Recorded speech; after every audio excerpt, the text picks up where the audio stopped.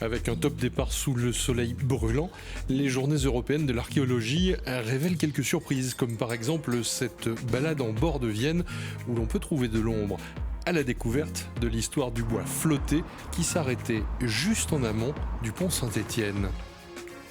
Dans le cadre d'un projet collectif de recherche, on a travaillé sur l'approvisionnement en bois de la ville de Limoges et on s'est penché sur le bois qui arrivait par la Vienne, qui arrivait en flottage, par le flottage. On avait déjà fait un reportage sur le flottage du bois et dans le cadre des journées européennes de l'archéologie, on s'est dit qu'on pouvait faire un petit parcours pour faire découvrir cette histoire aux promeneurs de Limoges. Donc à travers un circuit sous forme de géocaching, un petit jeu de piste. Le bois qui arrivait ici, au port du Navet, en amont du pont Saint-Étienne, il arrivait d'où ? Il arrivait de bien loin. Mais je ne sais pas s'il faut que je le dise parce que c'est un peu la surprise que vous allez découvrir dans le cadre du jeu. Bon, je dévoile un petit peu, ça vient au moins depuis le plateau de Mille Vaches. Et vous allez accompagner un marchand de bois.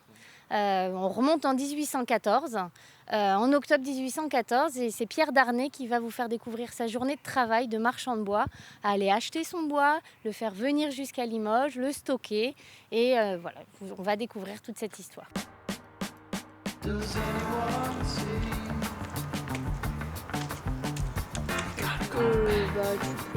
Je valide, hop, et hop.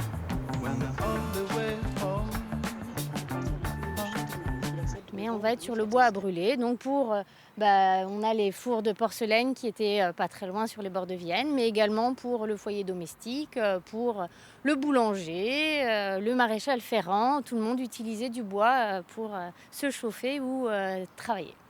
On a fait une enquête il n'y a pas si longtemps que ça, il n'y a pas grand monde qui connaît cette histoire du flottage du bois, et quand on se promène au port du Navet, on ne voit pas de traces qu'ici étaient stockées des quantités de bois très importantes.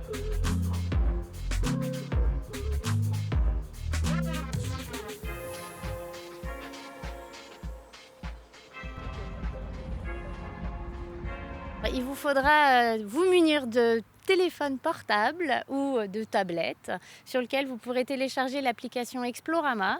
Et après, vous allez pouvoir aller de point en point.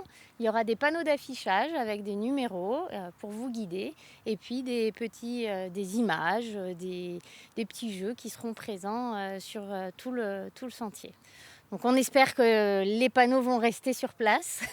Il y a des indices qui sont, les réponses peuvent être aussi inclus dans l'application.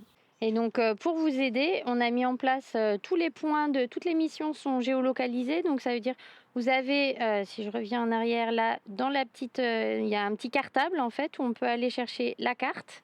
Et du coup, vous allez voir votre flèche qui va être plus ou moins proche de votre indice. Et ce qui permet quand même de se localiser pour aller d'un point à l'autre si vous avez quelques doutes quant au parcours. Mais sinon, vous avez aussi sur tous les panneaux une carte avec tous les points. Ça commence pour les journées européennes de l'archéologie, donc ce week-end. Il fera chaud, mais sur les bords de Vienne, il fait plus frais, donc venez en profiter. Et puis ça va durer pendant les 15 jours qui suivent. Ça sera aussi effectif durant la fête des ponts. Donc voilà, n'hésitez pas à venir.